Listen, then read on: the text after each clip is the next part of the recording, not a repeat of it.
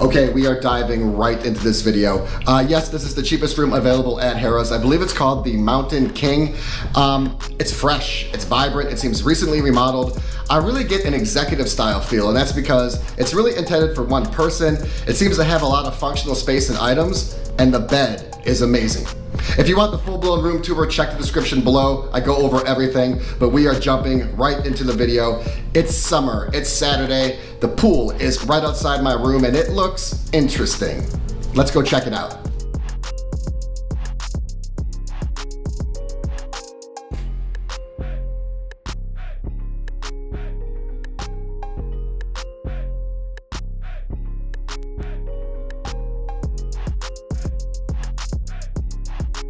All right, good morning. Yes, good morning.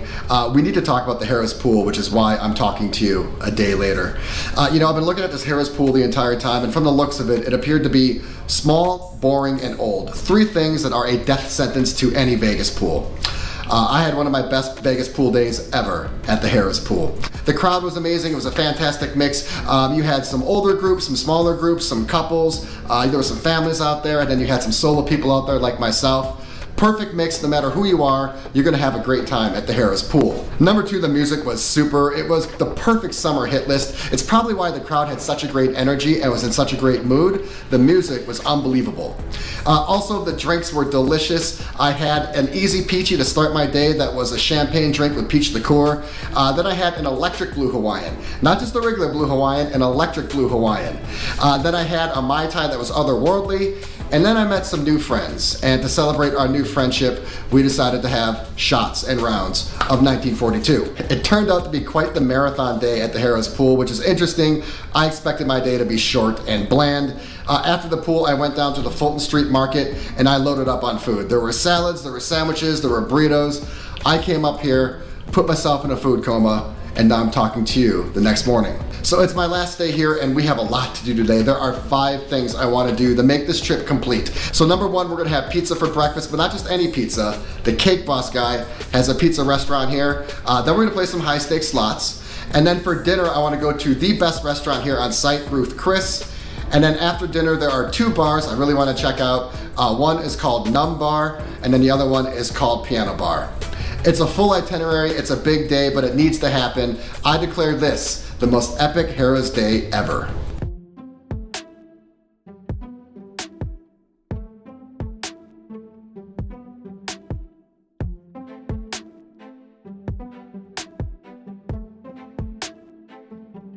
So that might have been the best idea ever, pizza for breakfast, especially after a long day or night. So this Cake Boss guy is world famous.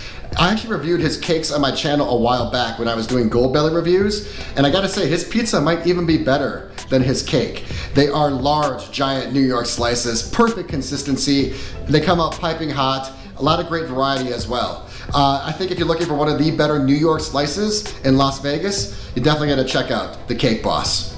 All right, let's keep the momentum of this day going. I just walked by the high limit slot room and they have my favorite slot machine of all time. I'm actually feeling kind of lucky. So my Harrahs high limit slot machine adventure. First of all, I love the high limit room at Harrahs.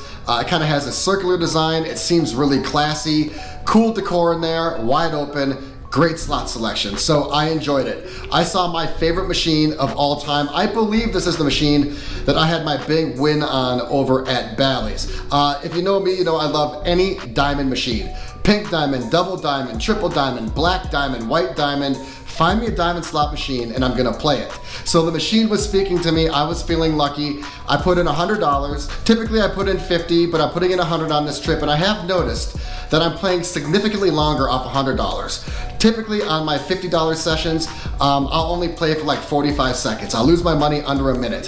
When I put in 100, I'm playing so much longer. At Golden Nugget, I played for 17 minutes off $100. At Bellagio, I played for well over 6 minutes and won off of $100. Even my slot session here at Harrahs lasted 4 minutes. Even though I really liked the Harrahs room and I found my favorite machine of all time, today was not a winner.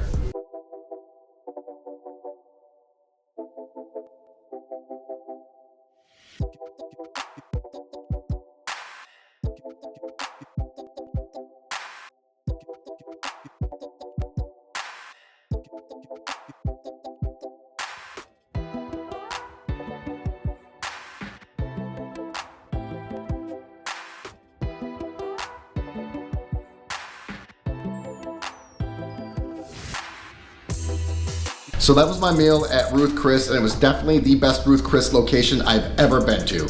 You need to take an elevator upstairs. It has an elevated look over the Vegas Strip, floor-to-ceiling windows, an amazing layout.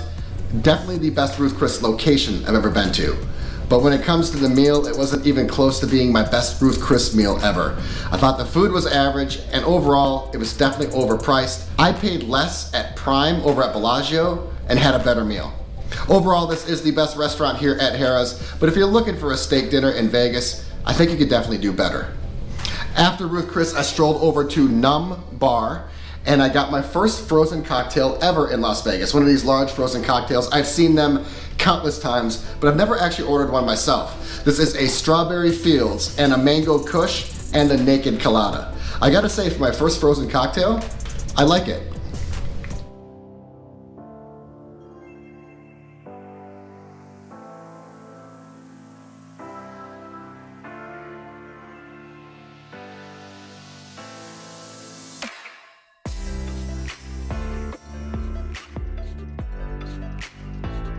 So I definitely went to the two best bars last night. Piano Bar is absolutely the most happening bar here on site.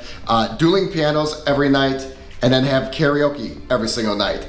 It's an open air environment, great crowd, very, very lively crowd, lots of energy, fun atmosphere, and a decent cocktail list for a place like that. If you're looking to hang out at the most energetic, popular, and happening spot here at Harrah's, it's Piano Bar. After Piano Bar, I went outside to Carnival, and according to some of the OG bartenders here, Carnival used to be the most popular bar on the Vegas Strip. Now today, during modern times, it is a shell of its old glory, but it still was a cool spot, open air environment outside to listen to some music and have some flair bartenders make you a really cool drink. All right, so let's wrap things up at Harrah. Who is this hotel for? Demographically, I don't say this a lot, really, if ever. This hotel is pretty much for everybody from an age perspective. Young, old, single, married, family, small group, large group. I think no matter who you are, you're gonna fit in and be comfortable here at Harrah's. I'll say it right now, this is absolutely a 2-day hotel and pretty much a weekend hotel. The weekend is where all the action is. That's where the fun at the pool is. That's when this place has the most energy. But no matter if you come here for a weekend or during the weekday, 2 days max. After that, this hotel is gonna get boring real fast. There just isn't enough here to do to keep you occupied. You can only eat at the food court so much. The casino is a little smaller compared to the surrounding properties, and there is only one high-end restaurant.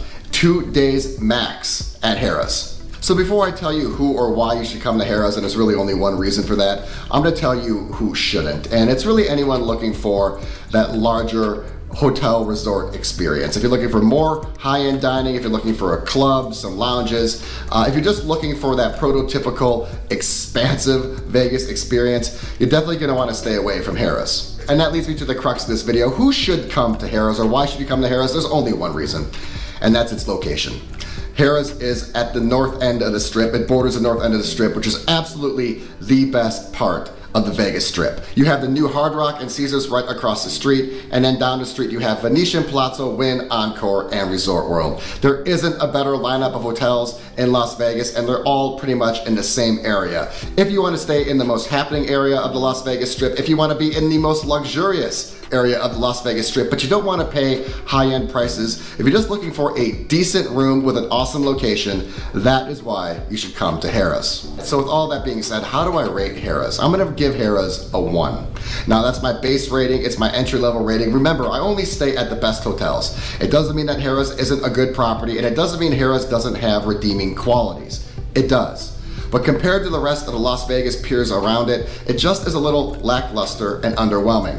There is one reason to stay at Harrah's, and that is its decent, affordable rooms in one of the best locations in Las Vegas. If you want to stay in the most happening area of the Strip, the most luxurious area of the Strip, but you don't want to break the bank, that's when you should choose Harrah's Las Vegas.